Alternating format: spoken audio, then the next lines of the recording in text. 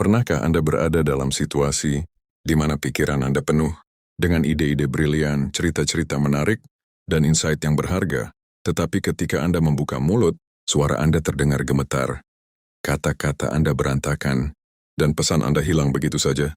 Atau mungkin Anda berada di sebuah acara sosial, ingin sekali bergabung dalam percakapan yang hidup itu, tetapi Anda hanya berdiri di sudut, merasa tidak terlihat atau lebih buruk, merasa canggung dan tidak tahu harus berkata apa.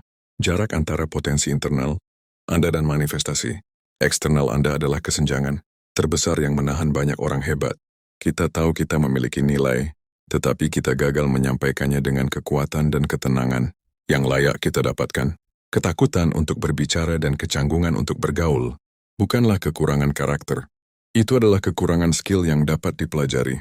Banyak coach akan mengajarkan Anda trik hacks dangkal untuk berbicara di panggung atau tips permukaan untuk obrolan ringan. Video ini jauh lebih dalam. Kita akan membahas 7 pilar, 7 taktik ampuh yang berfungsi, ganda menguatkan kepercayaan diri Anda di atas panggung, dan kehangatan Anda dalam interaksi sosial satu lawan satu. Ini adalah panduan untuk menguasai seni pengaruh sosial yang akan mengubah kecemasan Anda menjadi ketenangan, dan kata-kata Anda menjadi magnet yang menarik perhatian dan rasa hormat. Jika Anda siap untuk berhenti hidup dalam kebisuan, dan siap untuk memancarkan otoritas dan kehangatan dalam setiap interaksi, mari kita selami pilar pertama. Pilar yang berhubungan dengan pondasi mental Anda. Bagian pertama. Pilar pertama, menguasai ketenangan. Fisik dan mental. The Unshakable Foundation. Mengubah kecemasan menjadi energi yang terarah. Pilar pertama adalah menguasai ketenangan fisik dan mental, The Unshakable Foundation. Baik di panggung maupun di pesta, kecemasan adalah musuh utama dari komunikasi yang efektif. Mekanisme kecemasan, rasa takut berbicara di depan umum, glosofobia, dan kecanggungan sosial memiliki akar biologis yang sama. Respons lawan atau lari, fight or flight, jantung berdebar, napas pendek, dan pikiran kosong. Ini adalah sinyal bahwa tubuh Anda melihat interaksi sosial sebagai ancaman. Taktik ampuh ganda. 1. Panggung. Otoritas. Anda harus mengubah energi gugup itu. Jangan coba menghilangkannya. Itu mustahil. Akui energi itu, dan salurkan melalui pergerakan yang disengaja. Gestur. Berjalan kontak mata. 2. Pergaulan, kehangatan. Gunakan teknik penjangkaran fisik, grounding. Sebelum memasuki ruangan, atau sebelum memulai percakapan, sentuh kedua kaki Anda ke lantai. Ambil 3 napas perut yang lambat, dan tegaskan pada diri sendiri, saya tenang dan saya aman. Tindakan Anda. Pertama, pernapasan kotak, box breathing. Latih 4 detik tarik napas. 4 detik tahan, 4 detik buang napas. 4 detik tahan kosong. Lakukan 3 kali sebelum setiap interaksi penting. Kedua, kekuatan postur. Baik saat berdiri di podium atau duduk di kursi bar, pertahankan postur terbuka, bahu ke belakang, tidak menyilangkan tangan. Postur terbuka mengirimkan sinyal ke otak dan orang lain bahwa Anda kuat dan mudah didekati. Prinsip ini mengajarkan, ketenangan bukanlah ketiadaan rasa takut. Itu adalah kemampuan Anda untuk berfungsi secara efektif di samping rasa takut. Bagian kedua, pilar kedua, berbicara dari satu inti ide, the single core message. Menghindari kegagalan karena terlalu banyak informasi. Pilar kedua adalah berbicara dari satu inti ide, the single core message. Banyak orang gagal dalam komunikasi karena mereka mencoba menyampaikan 10 hal sekaligus. Mekanisme kegagalan komunikasi. Di panggung, audiens akan melupakan 90% dari apa yang Anda katakan. Dalam pergaulan, orang akan merasa terbebani oleh aliran informasi yang terlalu cepat atau rumit. Taktik ampuh ganda. 1. Panggung, otoritas. Setiap pidato atau presentasi harus dapat diringkas dalam 1 kalimat yang kuat. Kalimat ini adalah jangkar pikiran audiens Anda. Setiap poin, cerita, dan data harus kembali ke jangkar itu. 2. Pergaulan, kehangatan. Jangan memonopoli percakapan dengan cerita panjang dan rumit. Latih pembuka percakapan yang berbobot yang dapat disampaikan dalam 3 kalimat. Misalnya, alih-alih menceritakan seluruh masalah pekerjaan Anda, katakan saya sedang mencoba memecahkan masalah integrasi. X, itu membuat saya tertarik. Pernahkah Anda menemukan solusi serupa? Tindakan Anda. Pertama, latihan tweet. Setelah Anda mempersiapkan presentasi atau ide yang ingin Anda sampaikan, cobalah menuliskannya dalam 1 pesan seperti tweet kurang dari 20, 80 karakter. Jika Anda tidak bisa, pesan Anda belum cukup jelas. Kedua, teknik hook story lesson. Bergaul. Ketika Anda berbagi cerita, pastikan cerita itu memiliki satu hook, pembuka yang menarik, satu cerita inti yang singkat, dan satu pelajaran yang relevan dengan orang lain. Prinsip ini mengajarkan, kekuatan komunikasi Anda terletak pada kejelasan, bukan volume.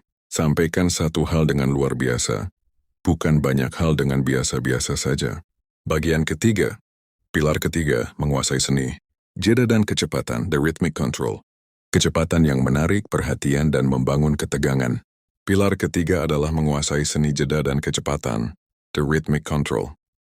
Jeda adalah taktik paling ampuh yang sering diabaikan, yang menunjukkan kontrol dan kepercayaan diri Anda. Mekanisme ketegangan. Orang cenderung berbicara cepat ketika gugup karena mereka ingin menyelesaikan pengalaman yang tidak nyaman itu secepat mungkin. Ini membuat mereka terdengar panik dan tidak berbobot. Taktik ampuh ganda.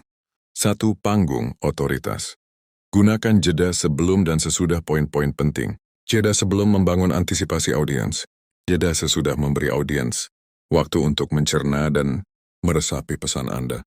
Ini memancarkan kekuatan tenang. Pilar keempat dari naskah Quiet Confidence. 2. Pergaulan, kehangatan.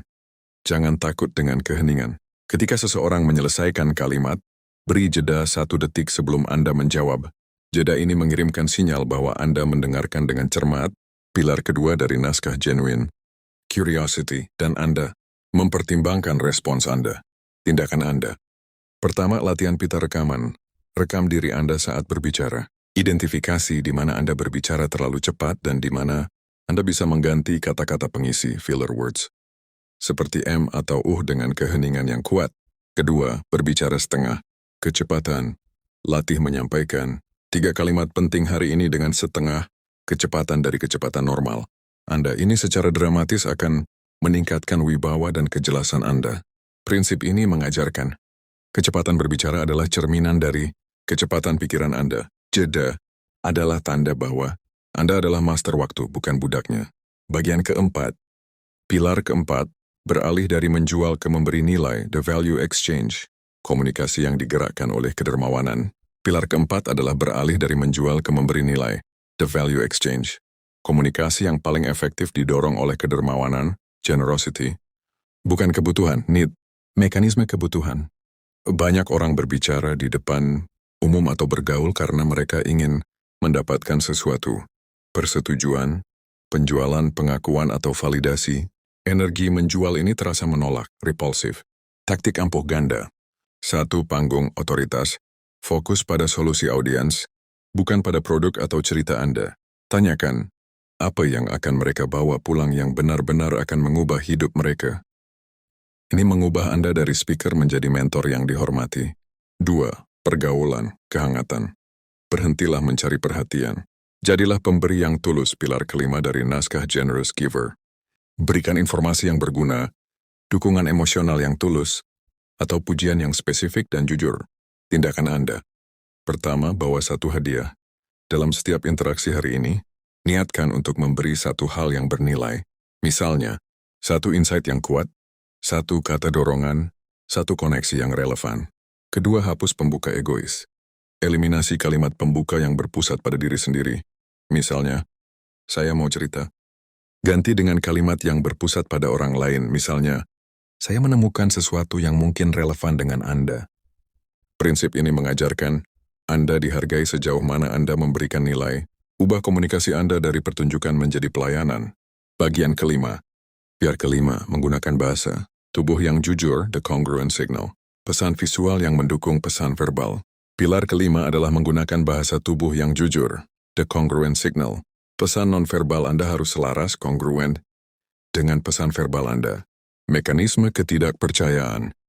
Jika kata-kata Anda mengatakan percaya diri tetapi tubuh Anda menyusut, bermain-main dengan rambut, atau menghindari kontak mata, orang akan secara naluriah mempercayai tubuh Anda, bukan kata-kata Anda. Mereka akan merasa ada sesuatu yang salah. Taktik ampuh ganda. 1. Panggung otoritas. Gunakan gestur yang terbuka dan terukur untuk menekankan poin. Jangan sembunyikan tangan di saku. Kontak mata harus lama. 3 hingga 5 detik, dengan satu orang sebelum beralih ke yang lain. 2. Pergaulan kehangatan. Pertahankan postur terbuka, tidak menyilangkan tangan di depan dada, gunakan anggukan, dan ekspresi wajah yang aktif untuk menunjukkan bahwa Anda mendengarkan dan terlibat. Sentuhan singkat yang tepat, misalnya, sentuhan ringan di lengan saat tertawa, dapat memperkuat koneksi. Tindakan Anda. Pertama, lihat tangan Anda. Ketika berbicara di depan cermin, pastikan tangan Anda terlihat di depan Anda dan bergerak sesuai dengan poin Anda. Kedua, menyambut kontak mata. Latih menahan kontak mata 1 detik, lebih lama dari biasanya dengan 3 orang hari ini. Ini adalah tanda kepercayaan diri yang tenang. Prinsip ini mengajarkan Anda tidak dapat membohongi orang dengan kata-kata Anda jika tubuh Anda berteriak kebohongan. Bahasa tubuh yang terbuka adalah fondasi dari kepercayaan. Bagian ke-6, pilar ke-6, memanfaatkan kerentanan yang strategis, the relatability bridge. Membangun jembatan melalui kemanusiaan. Pilar ke-6 adalah memanfaatkan kerentanan yang strategis, the relatability bridge.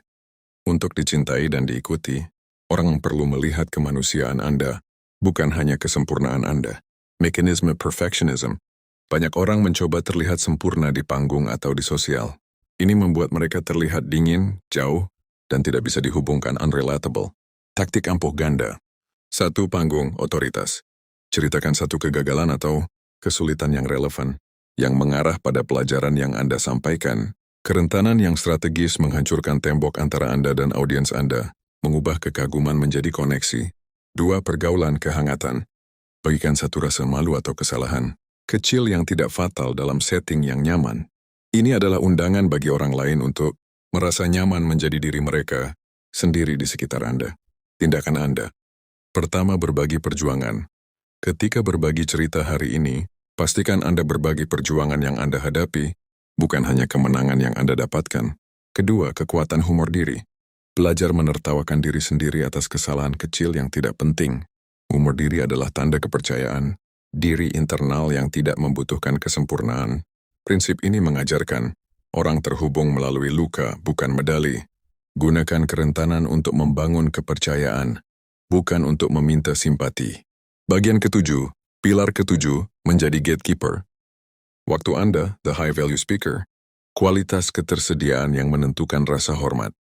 Pilar ke-7 adalah menjadi gatekeeper waktu Anda, the high value speaker. Rasa hormat dan penghargaan dalam komunikasi datang dari ketersediaan Anda yang terkontrol, mekanisme ketersediaan. Jika Anda selalu tersedia untuk berbicara, selalu mengisi setiap keheningan, dan selalu terlalu cepat membalas, Anda secara tidak sadar mengurangi nilai waktu dan kata-kata. Anda pilar ke-4 dari naskah Control Access. Taktik ampuh ganda. 1. Panggung otoritas. Hormati waktu audiens. Datang tepat waktu, sampaikan pesan Anda tepat waktu, dan berhenti bicara ketika Anda selesai. Kelebihan kata merusak otoritas. 2. Pergaulan kehangatan. Jangan memaksakan interaksi.